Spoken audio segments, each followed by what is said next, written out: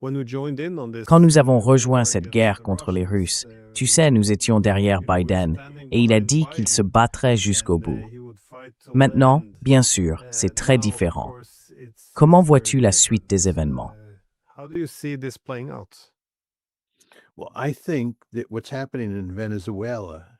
Eh bien, je pense que ce qui se passe au Venezuela, et même si l'on ajoutait une invasion du Groenland à cette situation, le problème dans l'hémisphère occidental reste insignifiant en comparaison de ce qui se passe dans la guerre en Ukraine.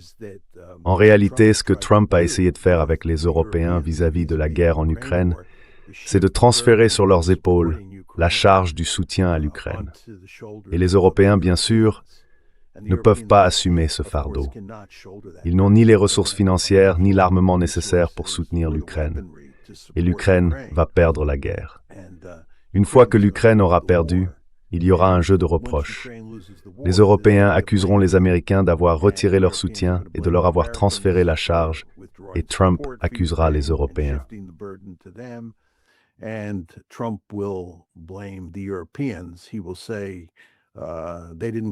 Il dira « Ils n'ont pas coopéré avec moi sur le plan diplomatique, alors j'ai confié la responsabilité de la gestion de l'Ukraine aux Européens, et ils n'ont pas été à la hauteur de la tâche.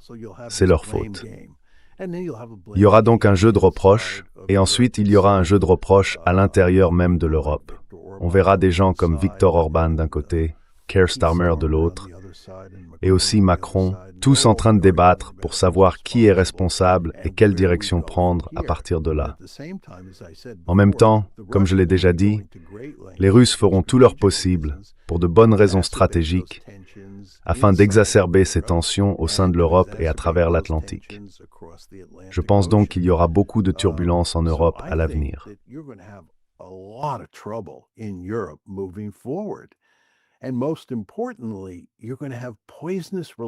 Et surtout, les relations entre la Russie et l'Europe vont devenir empoisonnées pour un avenir aussi lointain qu'on puisse l'imaginer.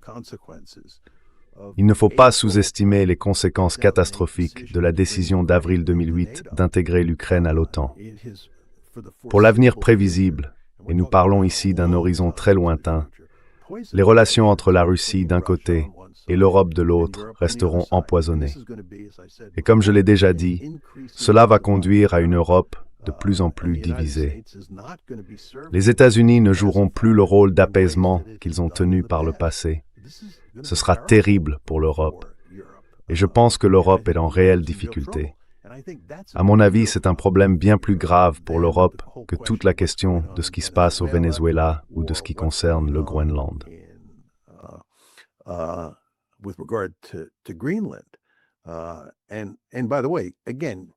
Et d'ailleurs, pour revenir à mon point selon lequel les Européens sont désespérés de maintenir l'OTAN intacte, ce qui signifie garder la tutelle américaine en Europe, c'est pour cela que les dirigeants européens cherchent à ménager les Américains. Et ici, nous parlons du président Trump, de la raison pour laquelle il cherche à le ménager à chaque occasion. Mais ce n'est pas une stratégie gagnante, car comme nous l'avons dit, il faut tenir tête à Trump si l'on veut avoir la moindre chance d'obtenir quelque chose de lui. Les Chinois, eux, l'ont compris. Souvenez-vous, au début de son mandat, son premier mandat, le président Trump a essayé de se montrer ferme avec les Chinois en imposant des tarifs douaniers, et les Chinois lui ont clairement fait comprendre, sans la moindre ambiguïté, qu'ils avaient des cartes à jouer et qu'ils les utiliseraient. Le résultat final, c'est que Trump a reculé. Même chose avec les Houthis. Souvenez-vous, il avait dit qu'il allait intervenir et frapper durement les Houthis. Il avait affirmé que le président Biden était un chaton, qu'il ne menait pas la guerre contre les Houthis de manière significative.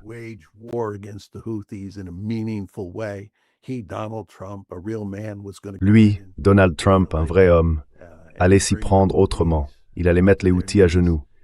Eh bien, il y est allé, il a essayé de vaincre les Houthis et il a échoué. Il a abandonné, il a reculé, il a dit « Les Houthis sont des types coriaces, je ne peux pas les vaincre, donc je me retire. » Voilà. Et c'est comme ça qu'on obtient ce qu'on veut avec Trump. il faut lui tenir tête. Si on ne lui tient pas tête, il vous piétine. Et bien sûr, il a piétiné les dirigeants européens, les humiliant à chaque occasion. Cela continuera tant qu'ils ne lui tiendront pas tête, mais je ne vois guère d'espoir qu'ils le fassent de sitôt.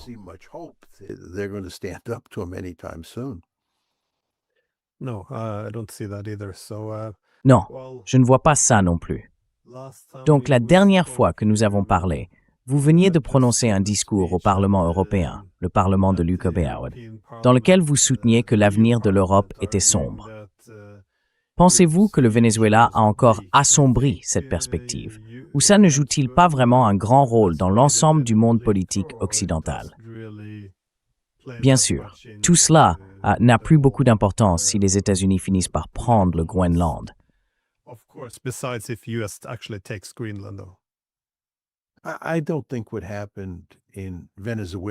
Je ne pense pas que ce qui s'est passé au Venezuela ait vraiment beaucoup d'importance pour la direction générale que prennent les relations entre les États-Unis et l'Europe, ni d'ailleurs pour les relations entre l'Europe et la Russie. Je pense que ce qui se passe en Ukraine est en revanche d'une grande importance.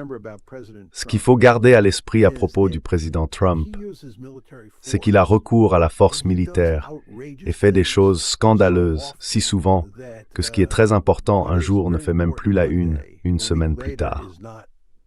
Il se peut que d'ici une semaine, Glenn, les États-Unis attaquent à nouveau l'Iran. Peut-être que les Israéliens et les Américains lanceront une grande campagne aérienne contre l'Iran. Je ne dis pas que cela va arriver, mais c'est certainement dans le domaine du possible.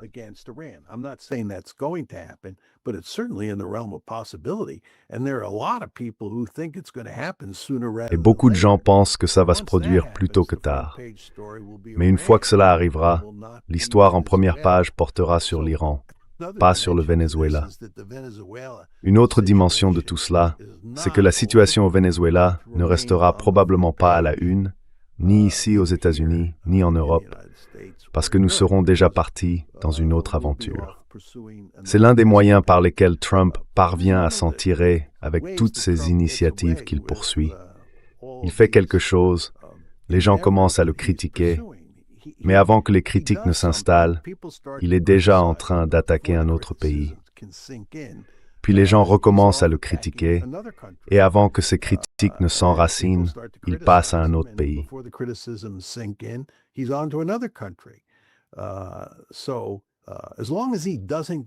Tant qu'il ne s'enlise pas dans une guerre sans fin, ou pour le dire autrement, tant qu'il ne s'enlise pas dans la construction d'une nation, il pourra poursuivre cette politique dans un avenir prévisible. Et c'est pourquoi la grande question à ce stade est la suivante. Où mène le Venezuela? Il pense, et ses conseillers pensent, qu'ils sont intervenus, qu'ils ont remporté une victoire rapide et décisive, et que désormais, la gestion du Venezuela ne sera qu'un problème mineur. Cela les libérera pour passer à la prochaine aventure. C'est leur point de vue, et il y a beaucoup de gens, j'en fais partie, qui doutent sérieusement que ce soit vrai. Je pense que lorsqu'on intervient et qu'on brise un pays comme le Venezuela, on en devient, en quelque sorte, le propriétaire.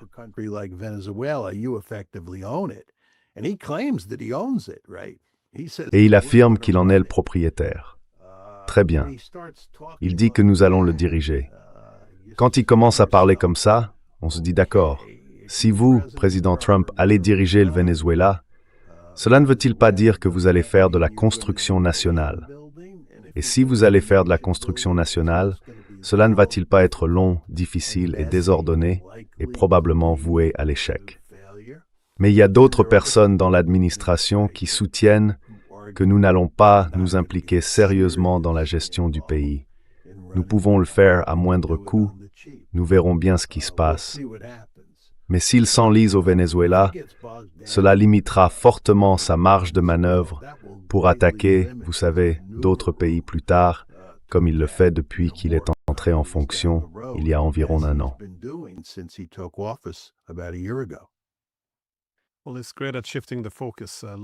Eh bien, c'est très efficace pour détourner l'attention.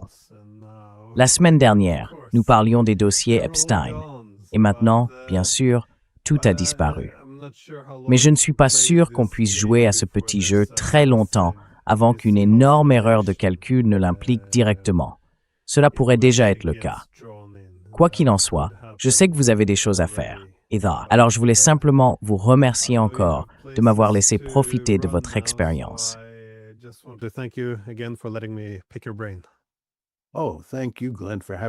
Oh, merci Glenn de m'avoir invité à ton émission. Ce fut un plaisir de parler avec toi. J'aimerais simplement que nous ayons des sujets un peu plus réjouissants à aborder en ce moment. Je veux dire, c'est la nouvelle année. Nous sommes censés penser en termes de bonne année. Mais compte tenu des événements dans le monde, il est difficile de ne pas être complètement déprimé.